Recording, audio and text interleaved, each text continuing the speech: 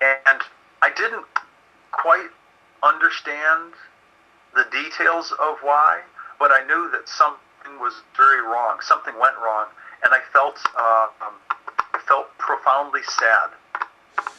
Jeg visste ikke helt hvorfor, men jeg følte at noe var fryktelig galt, og jeg følte meg veldig trist. And so, I guess time-wise, so I'm back in my body. Time-wise, it's, I don't know, 4:15, 4:20 a.m.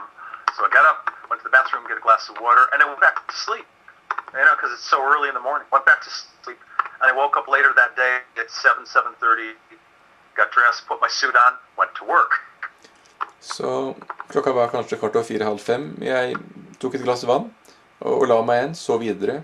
Stod opp klokka 7:30, kledde meg og dro på arbeidet.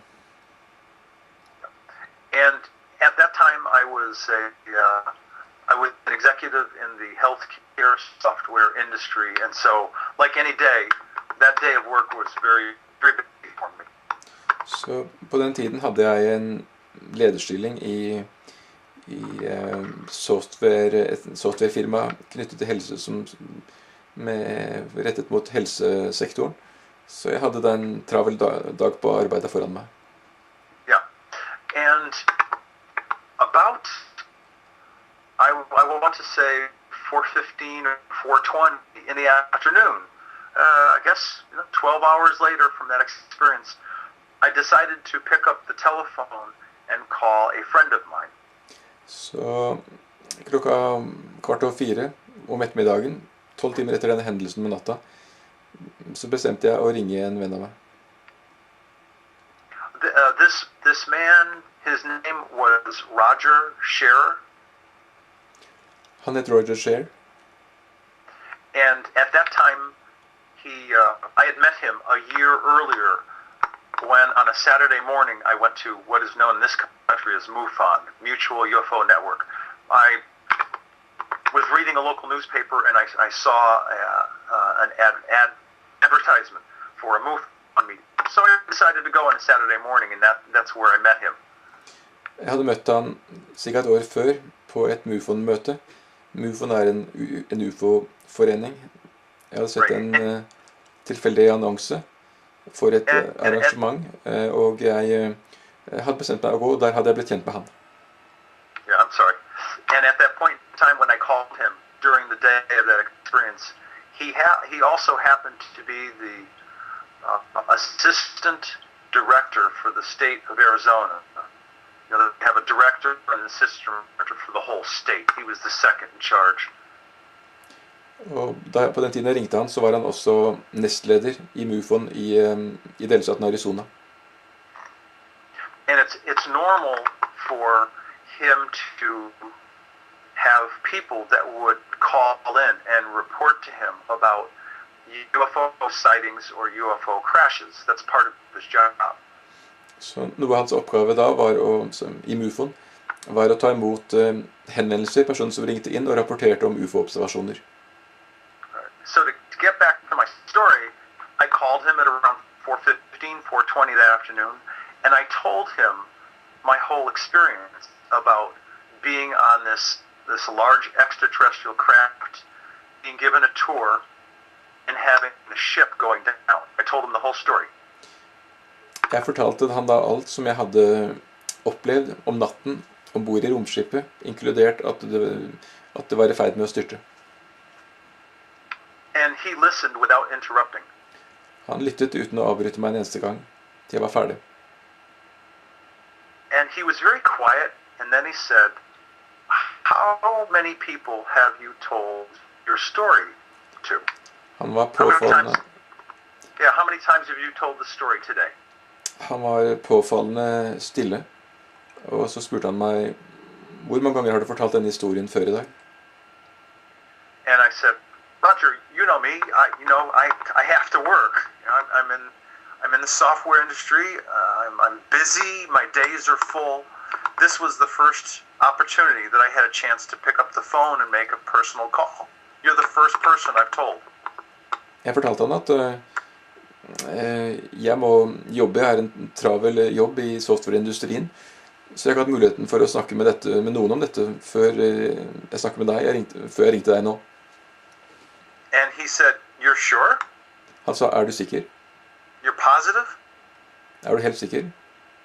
Yeah, and I said, "Roger, absolutely. You're the first person." I said, "You're my friend, you know this stuff, and I thought it was important to tell you." Han sa, ja, helt sikker. Du er en venn av meg og kjenner materien. Du er den første jeg forteller det til. And he was quiet for a moment again, and then he said, Han var da stille et lite øyeblikk, og så sa han. He said, I received a phone call from one of my field investigators in the early morning hours, 2:30, 3 in the morning, something like that. And they told me about a number of ambulances being rushed out to the Reddington Pass area. Så han fortalte meg at han hadde blitt oppringt fra en av deres sånne filinvestigatorer, altså da observatører i marken, som hadde rapportert klokken 2 eller halv 3 om natten at det var en strøm av ambulanser som var på vei mot Reddington Pass-området. Yep. And he said, I learned that a large ship went down, a large extraterrestrial craft went down, and 125 lives were lost. Så han sa han hadde da blitt gjort oppmerksom på at et stort romskip hadde styrtet, og at 125 liv hadde gått tapt. Yeah, that is to say 125 either humans or humanoids died in that crash. Who were aboard the craft? Yes. This was not a small UFO disc. This was a much larger ship, and it had a full complement of crew members, families, and it was quite a large craft. Så de 125 som hadde mistet livet var da mennesker og humanoider ombord i romskipet. And again, 125 what we would call to be human lives from different races were lost in that crash. Så det er 100-125 humanoider fra ulike raser som mistet livet der og da i det krasjet. And as a result of this experience, I learned a couple of things. Jeg lærte en del av den erfaringen.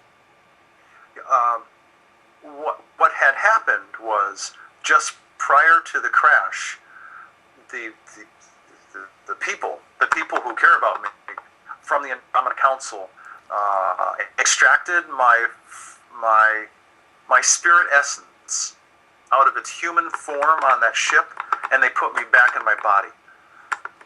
Så det som da hadde skjedd var at personene fra Andromeda Council ombord i skipet, da krisen hadde oppstått, hadde tatt min spirit essence, en sjel, ut av den fysiske manifestasjonen jeg hadde ombord i romskipet, og sendt meg tilbake til kroppen, der jeg lå og sov.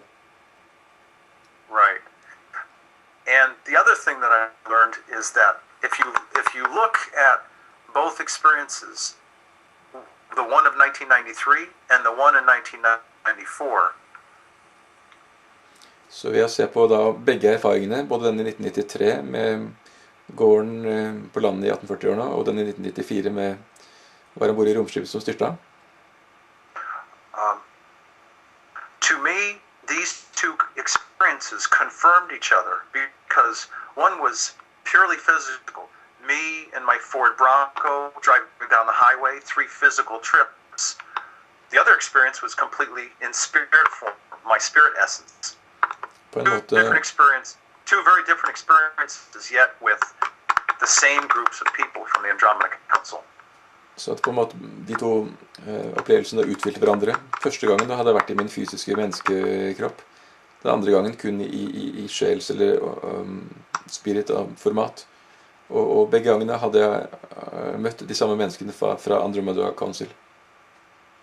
Yeah, very, very incredible. And this is, it's 20 years ago, and I didn't, certainly at that moment in time, I did not understand what was going on in my life, but